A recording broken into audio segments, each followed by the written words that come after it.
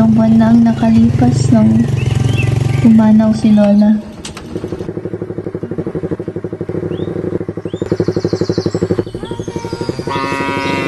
Mahal yung bayad. Manong ito po yung bayan. Eh, wala ba kayong barya dyan? Ay, wala kang barya dito, ma. Galit pa rin ako sa pagkawala ni Lola. Ay, may barya po ako dito. Thank you po. Nandito na tayo, anak.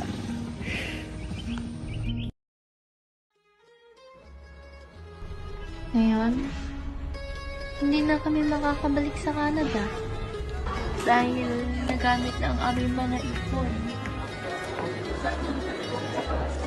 Ano pa bang silbi ng buwan ng wika kung wala naman si Lola para ipagdiriwang ang kulturang ito?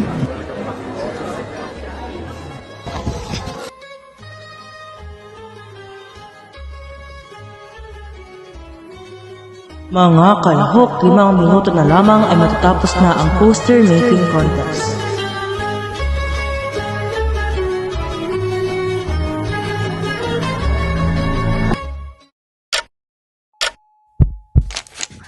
Ano nangyari?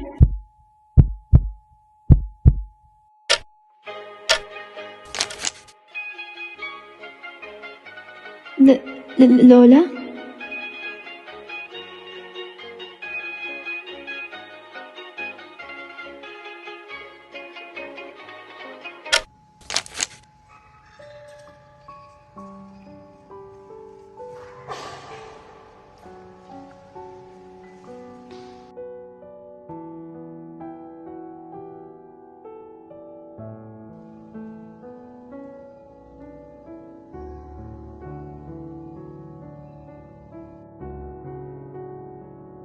La?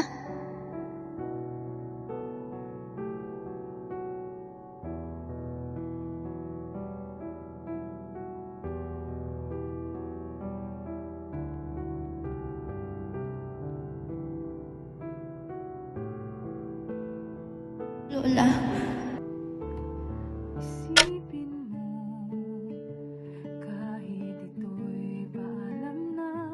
Isipin mo, Ma, ako't huwag nang lumuha pa.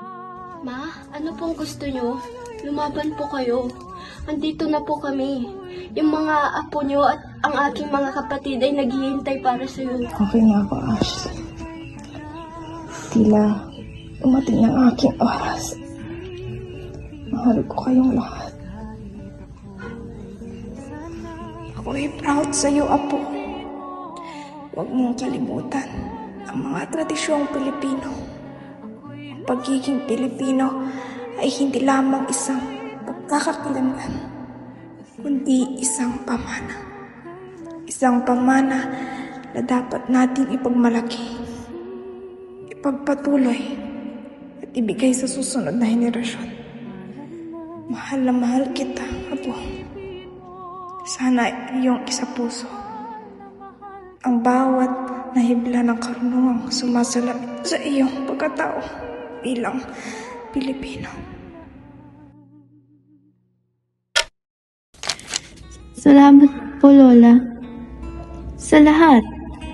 Ang iyo pong mga aral ang nagbigay sa akin ng direksyon, ng inspirasyon, at ng pag-asa.